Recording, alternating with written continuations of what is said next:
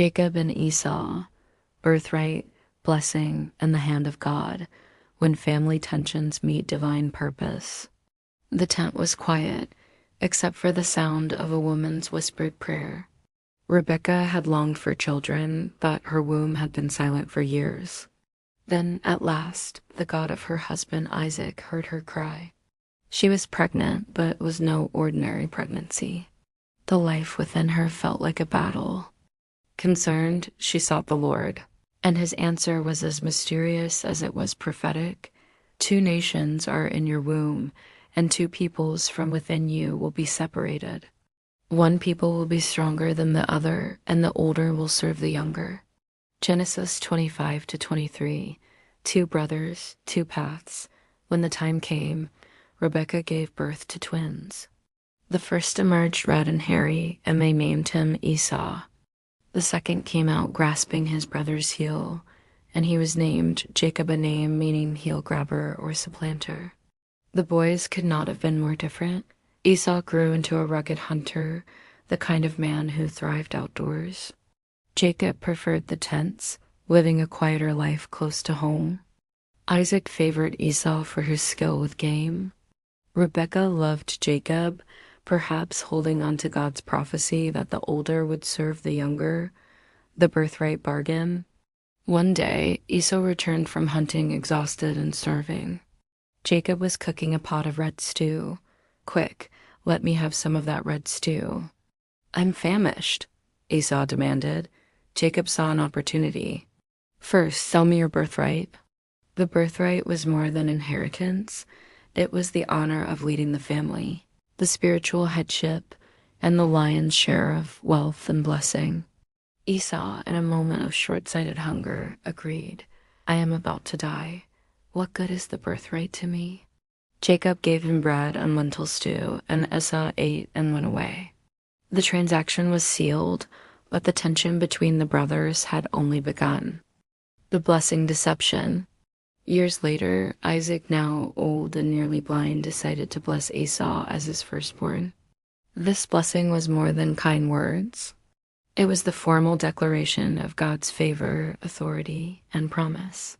He called Esau and asked him to hunt game and prepare a meal, after which he would bestow the blessing.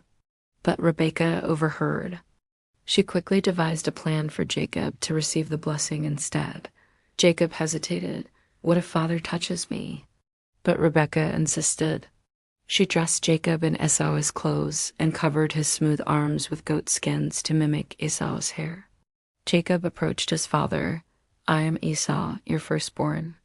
Isaac was suspicious. The voice is the voice of Jacob, but the hands are the hands of Esau. Still uncertain, Isaac ate the meal Jacob brought and, at last, pronounced the blessing. "May God give you heaven's dew and earth's richness.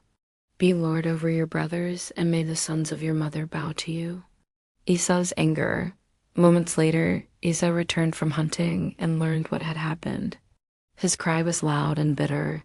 "Bless me too, my father." But Isaac could not take back what was given. The blessing stood. All he could offer Esau was a lesser promise, one of struggle, but also the hope of breaking free from his brother's yoke. Esau's grief turned into rage. He vowed to kill Jacob once their father died, flight and a ladder to heaven.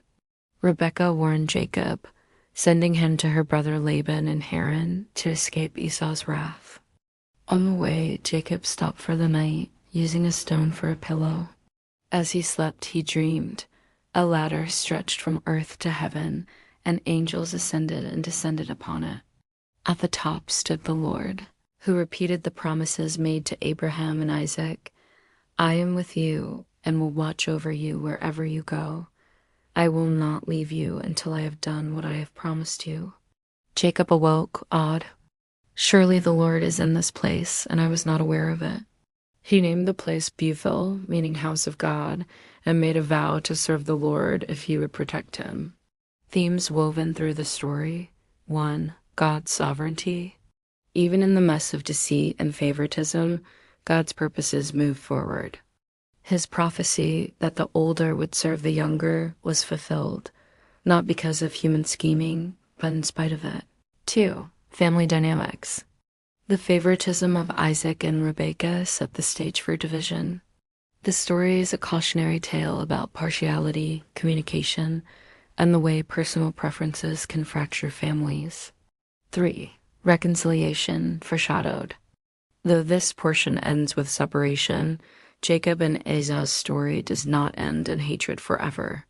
Years later, God would bring them face to face again, not for revenge, but for reconciliation. Genesis 33. Conclusion: a God who works through imperfection. The story of Jacob and Esau is messy, full of deception, favoritism, impulsive decisions, and strained relationships. Yet in all of it, God's sovereign hand is evident.